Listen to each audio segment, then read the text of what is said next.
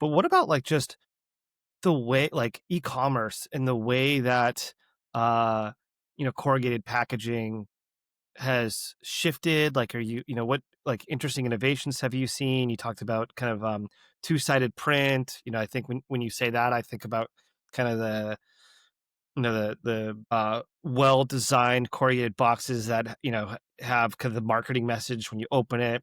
But it's also in the shipper. Like, have maybe speak to that a little bit and how that's evolved, and maybe any kind of favorite box that you've had. I'm sure you have some. Oh, definitely. Everyone's got a story. Thank you for bringing that up, Ken. I would say that's an important aspect of the sustainability conversation with customers that I neglected to mention a minute ago. But, how much material are we using to make the box? What is the expectation of how the box performs, whether, on the shelf or in transit? Can we get away with using less fiber? What are the consequences if we go too far?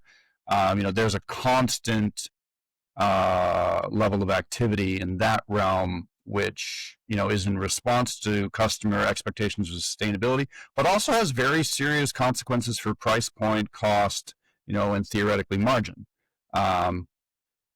So to think of an example, I have a small local business that we do a fair chunk of business with that came in recently for a press approval, and they had an e-commerce two-sided blueprint on craft. And their swatch book from the GCMI Glass Container Manufacturing Institute, I don't know if that's the right acronym or not, was so old that their blue color was not the same as our blue color. So we run over to the ink kitchen, we ask the person on press what it is that they want, we make a new bucket of ink, we have this job running within 10 minutes, and they leave with two-sided blueprint on a really lightweight e-commerce 32 ECT box. I'm using a lot of lingo. Stop me if you need to. And the blue on the inside and the blue on the outside exactly match. And I don't mean to pat ourselves in the back, but this talented, experienced customer of ours had this like look of wonder in her eyes. And she said, "That's literally the best press approval I've ever been on. You changed ink on the fly for me, registered, and had it done. Like, thank you. I can go home for lunch." So that went really well. But it was a very lightweight e-commerce box that they're using to get their product to their end user. And it was a gratifying experience. I mean, so have you seen, I mean, I probably know the answer, but have you seen a meaningful shift? Like you're doing a lot of, I know you guys produce pop displays and things like that. Have you seen a noticeable shift toward, direct to consumer e-commerce? Yes. Yeah. Very definitely. It still remains a small percentage of our business, probably certainly less than 10, probably less than 5. But inside outside print, direct to consumer e-commerce, it was not here 10 years ago.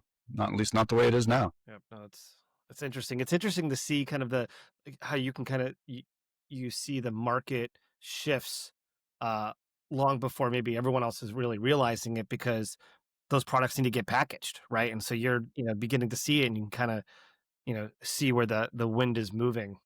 That's also true, Ken, of our business on the short term too. We're sort of talking about long-term trends of sustainability here, but even in the short term, this industry, probably all of printing, is a leading indicator for what the economy is doing. And I probably get more phone calls than I care to admit from analysts trying to figure out what's going on. And Interesting. yeah. So do you know what's going on? Can you tell us? Oh, yeah. God, no. I have no idea. What should I invest in the next 2 years? Yeah. So